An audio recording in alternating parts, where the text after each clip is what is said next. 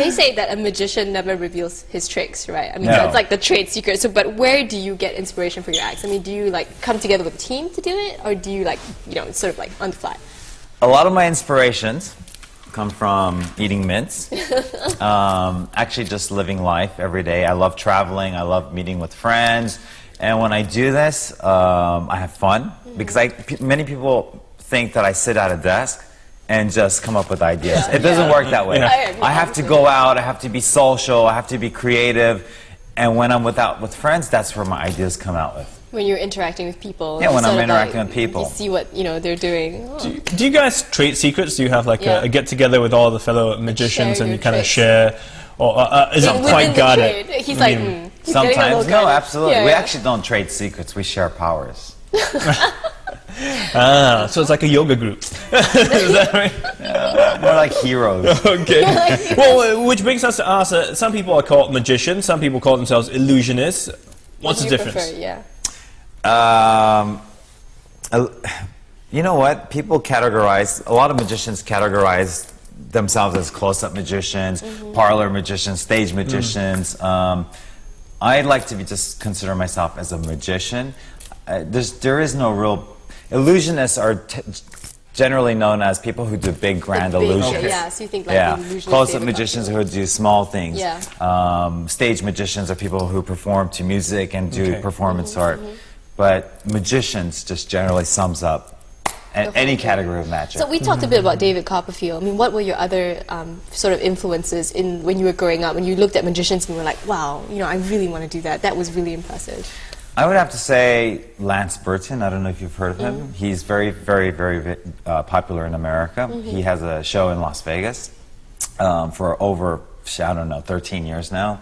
And Harry Houdini, Doug Henning, I think are a few names that everyone else would know. Have you tried to replicate some of their tricks? I mean, yes. Yeah? Yes, actually not replicate, but attribute. I've done a water torture cellscape that Houdini did, the famous one, where he hangs upside down and goes into the water tank. Yeah, I've not replicated, but did a tribute to that.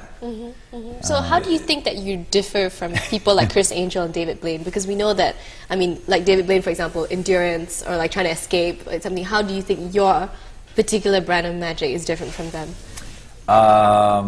Well, I can't comment for Chris Angel, but I know that David Blaine's magic has made an impact on people's lives all around the world. And in that sense, it's not really different. That's what I'm trying to go for.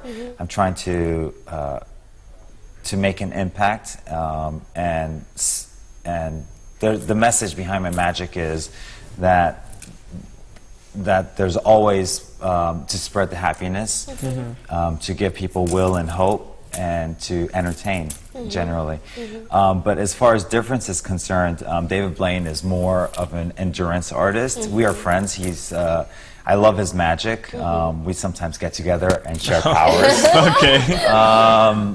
You ever worry for him when you see him? I'm sorry? You ever get worried for him when you see him attempt like an impossible stunt? You're like, oh my god, he's gonna yeah, survive I mean, you know, people ask me, is that real stuff that he's doing? And I'm like, absolutely, it's not magic. I mean, it's crazy. It's stuff that I would probably never be able to do. He's really a trooper. But anyway, magic-wise, I think what makes my show different is that I grew up doing performance art, theatrical magic. I have a stage show, and I'm not just going around doing street magic, but actually trying to combine performance and everything that I've learned in magic from the many years of traveling around the world into the show, meanwhile experiencing the whole first trip here in Asia myself. Right.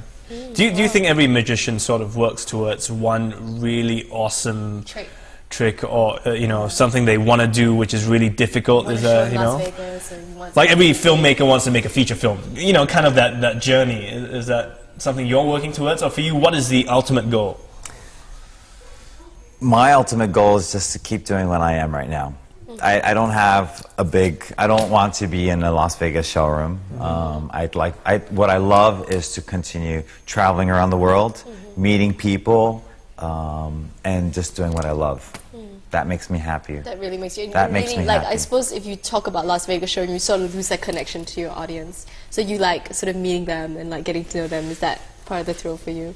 You mean? Like when you're on the street also and meeting the people. Oh, absolutely. It's real. You know, Yeah. I mean, I love stage performances, but there's no connection with the audience. Yeah. It's like when I meet people when we're filming, I get to know them, and there's a real Rapport. there's rapport. We get connected.